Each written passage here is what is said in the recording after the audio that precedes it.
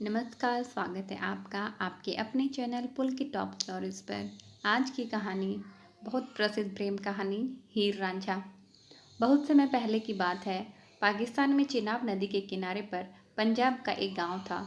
उस गांव में एक लड़का रहता था जिसका नाम था रांझा। वह अपने 4 भाइयों में सबसे छोटा था। रांझा को बांसुरी बजाना बहुत पसंद था।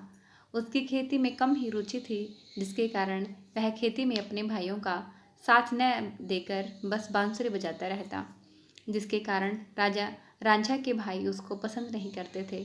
जब तक रांझा के पिता जिंदा थे तब तक सब ठीक था, लेकिन जब रांझा के पिता की मृत्यु हो गई तो रांझा के भाई उससे झगड़ा करने लगे। इससे तंग आकर उसने अपने घर को छोड़ दिया।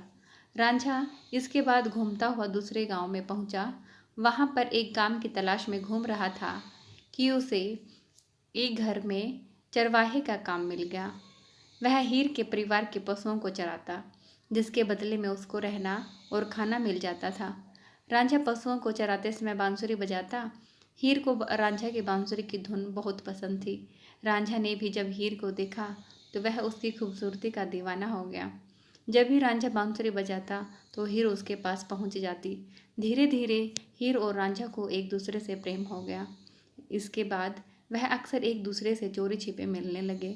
उनका प्यार परवान चढ़ने लगा। एक दिन जब हीर और रांझा चोरी छुपे मिल रहे थे तो हीर के चाचा ने उन्हें देख लिया।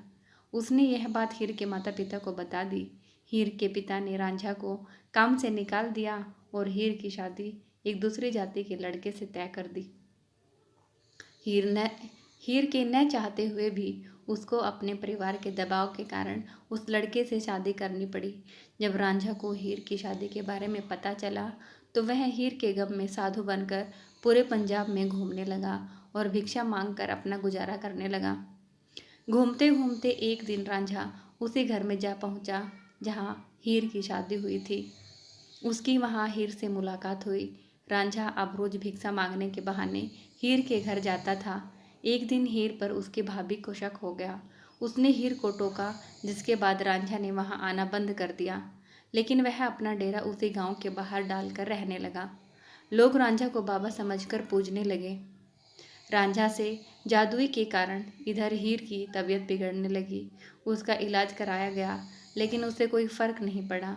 जिसके बाद हीर के इलाज के लिए बाबा को बुलाया गया, जो रांझा ही था।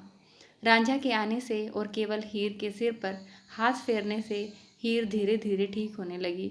लेकिन हीर के ससुराल वालों को पता लग गया कि रांझा कोई बाबा नहीं, हीर का पुराना प्रेमी है।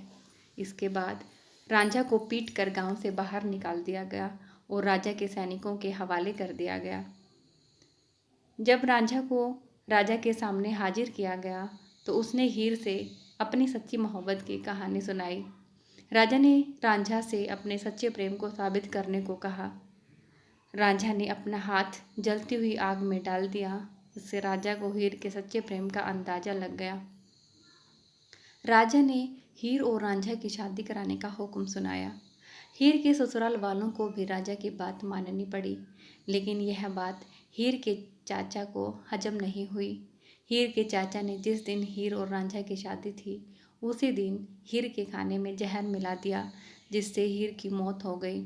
जब रांझा को यह बात पता चली तो वह बहुत दुखी हुआ। उसने सोचा, जब हीर ही जिंदा नहीं बची तो मैं जिंदा रहकर क्या करूँगा।